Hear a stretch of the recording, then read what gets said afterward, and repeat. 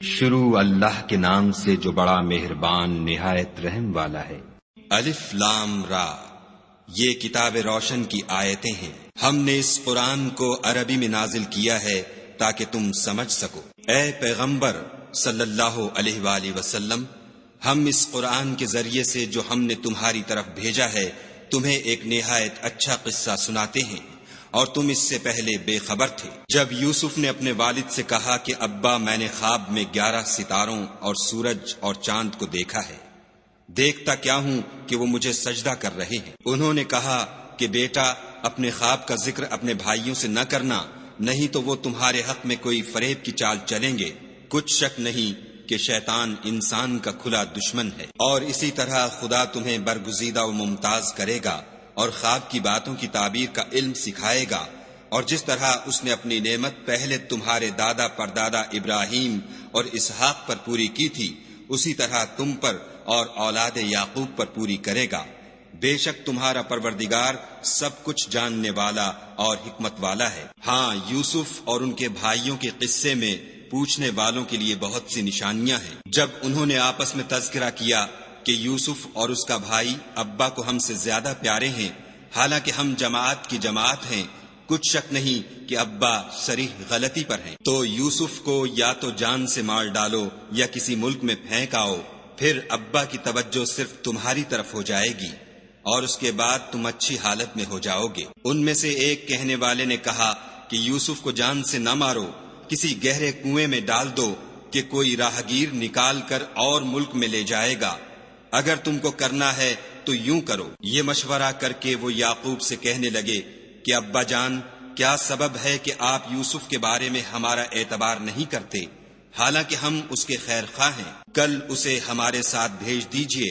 کہ خوب میوے کھائے اور کھیلے کودے، ہم اس کے نگہبان ہیں۔ انہوں نے کہا کہ یہ امر مجھے غمناک کیے دیتا ہے کہ تم اسے لے جاؤ، یعنی وہ مجھ سے جدا ہو جائے، اور مجھے یہ بھی خوف ہے کہ تم کھیل میں اس سے غافل ہو جاؤ اور اسے بھیڑیا کھا جائے۔ وہ کہنے لگے کہ اگر ہماری موجودگی میں کہ ہم ایک طاقتور جماعت ہیں اسے بھیڑیا کھا گیا تو ہم بڑے نقصان میں پڑ گئے۔ غرض جب وہ اس کو لے گئے اور اس بات پر اتفاق کر لیا کہ اس کو گہرے کنویں میں ڈال دیں، تو ہم نے یوسف کی طرف وحی بھیجی کہ ایک وقت ایسا آئے گا کہ تم ان کے اس سلوک سے آگاہ کرو گے اور ان کو اس وحی کی کچھ خبر نہ ہوگی۔ یہ حرکت کر کے وہ رات کے وقت باپ کے پاس روتے ہوئے آئے اور کہنے لگے کہ ابا جان، ہم تو دوڑنے اور ایک دوسرے سے آگے نکلنے میں مصروف ہو گئے اور یوسف کو اپنے اسباب کے پاس چھوڑ گئے تو اسے بھیڑیا کھا گیا، اور آپ ہماری بات کو گو ہم سچ ہی کہتے ہوں باور نہیں کریں گے، اور ان کے کرتے پر جھوٹ موٹ کا لہو بھی لگا لائے۔ یعقوب نے کہا کہ حقیقت الحال یوں نہیں ہے، بلکہ تم اپنے دل سے یہ بات بنا لائے ہو۔ اچھا، صبر کہ وہی خوب ہے، اور جو تم بیان کرتے ہو اس کے بارے میں خدا ہی سے مدد مطلوب ہے۔ اب خدا کی شان دیکھو کہ اس کنویں کے قریب ایک قافلہ آوارد ہوا اور انہوں نے پانی کے لیے اپنا سقہ بھیجا۔ اس نے کنویں میں ڈول لٹکایا تو یوسف اس سے لٹک گئے۔ وہ بولا، زہے قسمت، یہ تو نہایت حسین لڑکا ہے، اور اس کو قیمتی سرمایہ سمجھ کر چھپا لیا، اور جو کچھ وہ کرتے تھے خدا کو سب معلوم تھا، اور اس کو تھوڑی سی قیمت یعنی معدود چند درہموں پر بیچ ڈالا، اور انہیں ان کے بارے میں کچھ لالچ بھی نہ تھا۔ اور مصر میں جس شخص نے اس کو خریدا، اس نے اپنی بیوی سے جس کا نام زلیخا تھا کہا کہ اس کو عزت و اکرام سے رکھو، عجب نہیں کہ یہ ہمیں فائدہ دے یا ہم اسے بیٹا بنا لیں۔ اس طرح ہم نے یوسف کو سرزمین مصر میں جگہ دی، اور غرض یہ تھی کہ ہم ان کو خواب کی باتوں کی تعبیر سکھائیں، اور خدا اپنے کام پر غالب ہے، لیکن اکثر لوگ نہیں جانتے۔ اور جب وہ اپنی جوانی کو پہنچے تو ہم نے ان کو دانائی اور علم بخشا، اور نیکوکاروں کو ہم اسی طرح بدلہ دیا کرتے ہیں۔ تو جس عورت کے گھر میں وہ رہتے تھے اس نے ان کو اپنی طرف مائل کرنا چاہا، اور دروازے بند کر کے کہنے لگی، یوسف جلدی آؤ۔ انہوں نے کہا کہ خدا پناہ میں رکھے، وہ یعنی تمہارے میاں تو میرے آقا ہیں، انہوں نے مجھے اچھی طرح سے رکھا ہے، میں ایسا ظلم نہیں کر سکتا، بے شک ظالم لوگ فلاح نہیں پائیں گے۔ اور اس عورت نے ان کا قصد کیا اور انہوں نے اس کا قصد کیا، اگر وہ اپنے پروردگار کی نشانی نہ دیکھتے تو جو ہوتا ہوتا، یوں اس لیے کیا گیا کہ ہم ان سے برائی اور بے حیائی کو روک دیں، بے شک وہ ہمارے خالص بندوں میں سے تھے۔ اور دونوں دروازے کی طرف بھاگے، آگے یوسف، پیچھے زلیخا، اور عورت نے ان کا کرتا پیچھے سے پکڑ کر جو کھینچا تو پھاڑ ڈالا، اور دونوں کو دروازے کے پاس عورت کا خامند مل گیا۔ تو عورت بولی کہ جو شخص تمہاری بیوی کے ساتھ برا ارادہ کرے اس کی اس کے سوا کیا سزا ہے کہ یا تو قید کیا جائے یا دکھ کا عذاب دیا جائے۔ یوسف نے کہا، اسی نے مجھ کو اپنی طرف مائل کرنا چاہا تھا۔ اس کے قبیلے میں سے ایک فیصلہ کرنے والے نے یہ فیصلہ کیا کہ اگر اس کا کرتا آگے سے پھٹا ہو تو یہ سچی اور یوسف جھوٹا ہے، اور اگر کرتا پیچھے سے پھٹا ہو تو یہ جھوٹی اور وہ سچا ہے۔ جب اس کا کرتا دیکھا تو پیچھے سے پھٹا تھا، تب اس نے زلیخا سے کہا کہ یہ تمہارا ہی فریب ہے، اور کچھ شک نہیں کہ تم عورتوں کے فریب بڑے بھاری ہوتے ہیں۔ یوسف، اس بات کا خیال نہ کر، اور زلیخا تو اپنے گناہ کی بخشش مانگ، بے شک خطا تیری ہی ہے۔ اور شہر میں عورتیں گفتگویں کرنے لگیں کہ عزیز کی بیوی اپنے غلام کو اپنی طرف مائل کرنا چاہتی ہے اور اس کی محبت اس کے دل میں گھر کر گئی ہے، ہم دیکھتی ہیں کہ وہ صریح گمراہی میں ہے۔ جب زلیخا نے ان عورتوں کی گفتگو جو حقیقت میں دیدار یوسف کے لیے ایک چال تھی سنی تو ان کے پاس دعوت کا پیغام بھیجا اور ان کے لیے ایک محفل مرتب کی، اور پھل تراشنے کے لیے ہر ایک کو ایک ایک چھری دی، اور یوسف سے کہا کہ ان کے سامنے باہر آؤ۔ جب عورتوں نے ان کو دیکھا تو ان کا روب حسن ان پر ایسا چھا گیا کہ پھل تراشتے تراشتے اپنے ہاتھ کاٹ لیے، اور بے ساختہ بول اٹھیں کہ سبحان اللہ، یہ حسن،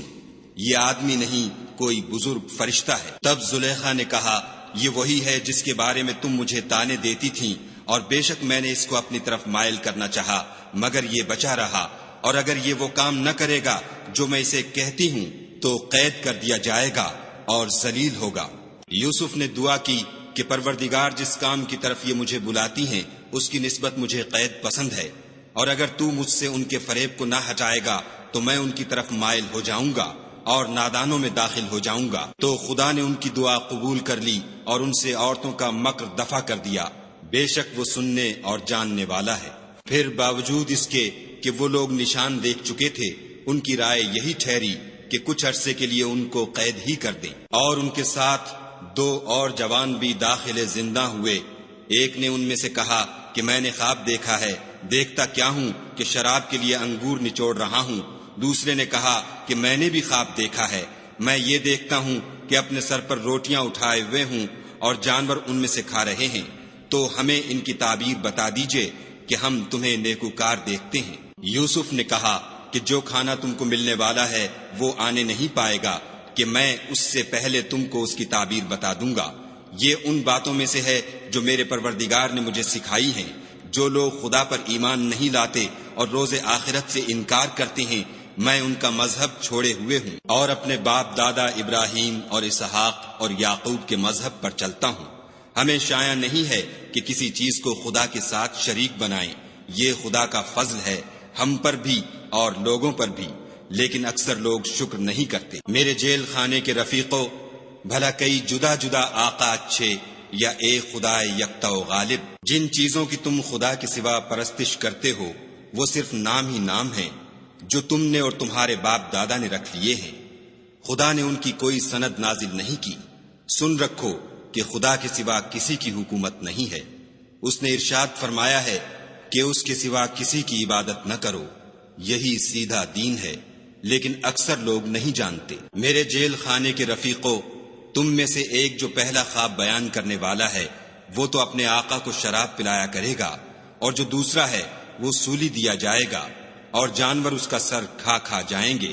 جو امر تم مجھ سے پوچھتے تھے وہ فیصل ہو چکا ہے۔ اور دونوں شخصوں میں سے جس کی نسبت یوسف نے خیال کیا کہ وہ رہائی پا جائے گا، اس سے کہا کہ اپنے آقا سے میرا ذکر بھی کرنا، لیکن شیطان نے ان کا اپنے آقا سے ذکر کرنا بھلا دیا، اور یوسف کئی برس جیل خانے ہی میں رہے۔ اور بادشاہ نے کہا کہ میں نے خواب دیکھا ہے، دیکھتا کیا ہوں کہ 7 موٹی گائیں ہیں جن کو 7 دبلی گائیں کھا رہی ہیں، اور 7 خوشے سبز ہیں اور 7 خشک۔ اے سردارو، اگر تم خوابوں کی تعبیر دے سکتے ہو تو مجھے میرے خواب کی تعبیر بتاؤ۔ انہوں نے کہا یہ تو پریشان سے خواب ہیں اور ہمیں ایسے خوابوں کی تعبیر نہیں آتی۔ اب وہ شخص جو دونوں قیدیوں میں سے رہائی پا گیا تھا اور جسے مدت کے بعد وہ بات یاد آ گئی، بول اٹھا کہ میں آپ کو اس کی تعبیر لا بتاتا ہوں، مجھے جیل خانے جانے کی اجازت دیجیے۔ غرض وہ یوسف کے پاس آیا اور کہنے لگا، یوسف، اے بڑے سچے یوسف، ہمیں اس خواب کی تعبیر بتائیے کہ 7 موٹی گایوں کو 7 دبلی گائیں کھا رہی ہیں اور 7 خوشے سبز ہیں اور 7 سوکھے، تاکہ میں لوگوں کے پاس جا کر تعبیر بتاؤں، عجب نہیں کہ وہ تمہاری قدر جانے۔ انہوں نے کہا کہ تم لوگ 7 سال متواتر کھیتی کرتے رہو گے، تو جو غلہ کاٹو تو تھوڑے سے غلے کے سوا جو کھانے میں آئے اسے خوشوں میں ہی رہنے دو، پھر اس کے بعد خشک سالی کے ساتھ سخت سال آئیں گے کہ جو غلہ تم نے جمع کر رکھا ہوگا وہ اس سب کو کھا جائیں گے، صرف وہی تھوڑا سا رہ جائے گا جو تم احتیاط سے رکھ چھوڑو گے۔ پھر اس کے بعد ایک ایسا سال آئے گا کہ خوب مہ برسے گا اور لوگ اس میں رس نچوڑیں گے۔ یہ تعبیر سن کر بادشاہ نے حکم دیا کہ یوسف کو میرے پاس لے آؤ۔ جب قاصد ان کے پاس گیا تو انہوں نے کہا کہ اپنے آقا کے پاس واپس جاؤ اور ان سے پوچھو کہ ان عورتوں کا کیا حال ہے جنہوں نے اپنے ہاتھ کاٹ لیے تھے، بے شک میرا پروردگار ان کے مکروں سے خوب واقف ہے۔ بادشاہ نے عورتوں سے پوچھا کہ بھلا اس وقت کیا ہوا تھا جب تم نے یوسف کو اپنی طرف مائل کرنا چاہا؟ سب بول اٹھی کہ حاشا للہ، ہم نے اس میں کوئی برائی معلوم نہیں کی۔ عزیز کی عورت نے کہا، اب سچی بات تو ظاہر ہو ہی گئی ہے، اصل یہ ہے کہ میں نے اس کو اپنی طرف مائل کرنا چاہا تھا اور وہ بے شک سچا ہے۔ یوسف نے کہا کہ میں نے یہ بات اس لیے پوچھی ہے کہ عزیز کو یقین ہو جائے کہ میں نے اس کی پیٹھ پیچھے اس کی امانت میں خیانت نہیں کی، اور خدا خیانت کرنے والوں کے مکروں کو رو براہ نہیں کرتا، اور میں اپنے تئیں پاک صاف نہیں کہتا، کیونکہ نفس امارہ انسان کو برائی ہی سکھاتا رہتا ہے، مگر یہ کہ میرا پروردگار رحم کرے، بے شک میرا پروردگار بخشنے والا مہربان ہے۔